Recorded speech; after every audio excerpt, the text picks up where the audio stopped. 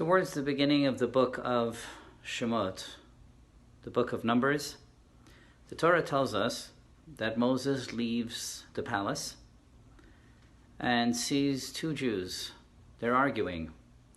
And he turns to one and he says, Lama take et reyecha. Why are you about to beat your friend? And this fellow answers Moses and he says, Hala hargeni ata omer? Are you going to kill me like you killed the Egyptian the other day? And Moses says, uh-oh, my secret has been discovered.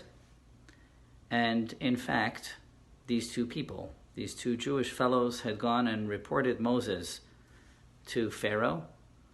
And Moses now has to run for his life.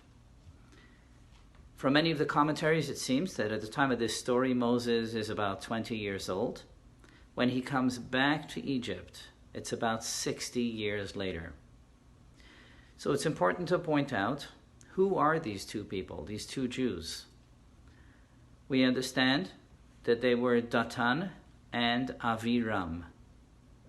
Datan and Aviram appear on the scene a number of times later on. So for example, after the Exodus and the Jews run out of bread to eat, and Moses brings about this amazing miracle, the manna that comes down every day from heaven to provide sustenance for all the people.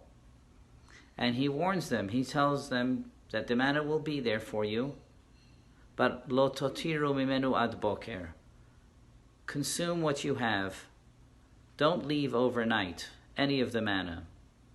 Two people, Datan and Aviram, decide to leave of the manna for the next day. Why? Only because Moses said don't. And then, in this week's Torah portion, where Korach leads a mutiny against Moses' leadership, he gathers 250 people. Most of them remain unnamed. Two of them are mentioned specifically, and they are Datan and Aviram. Again, the same two people. And the Torah tells us that God says to Moses and to Aaron, Hey alu misaviv lemishkan korach va'adato. Move away from this group of Korach and his community. The next thing we read, and the reason they are to move away, is because they are doomed to be punished. So stay away from them. The next thing we read is that Moses rises and goes towards Datan and Aviram. Now think about this for a moment. Here you have these two people who are in a constant fight with Moses. This is at least 60 years old. And at every opportunity, they're there to attack and make trouble for Moses. Where is Moses going? Why is he getting up towards them? They're already doomed. They're going to receive their punishment. God says, go away from them. Rashi says, because he was hoping that they would see him coming towards them, they'd be willing to talk, they'd open up, perhaps they would ask for forgiveness, they would see their wrong.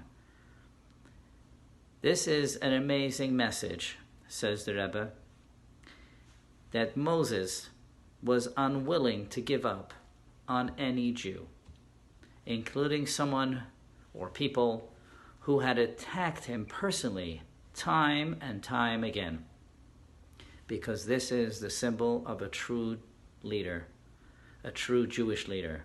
He never gives up on any Jew, no matter how far, how distant, how wrong, and how hurtful they may have been.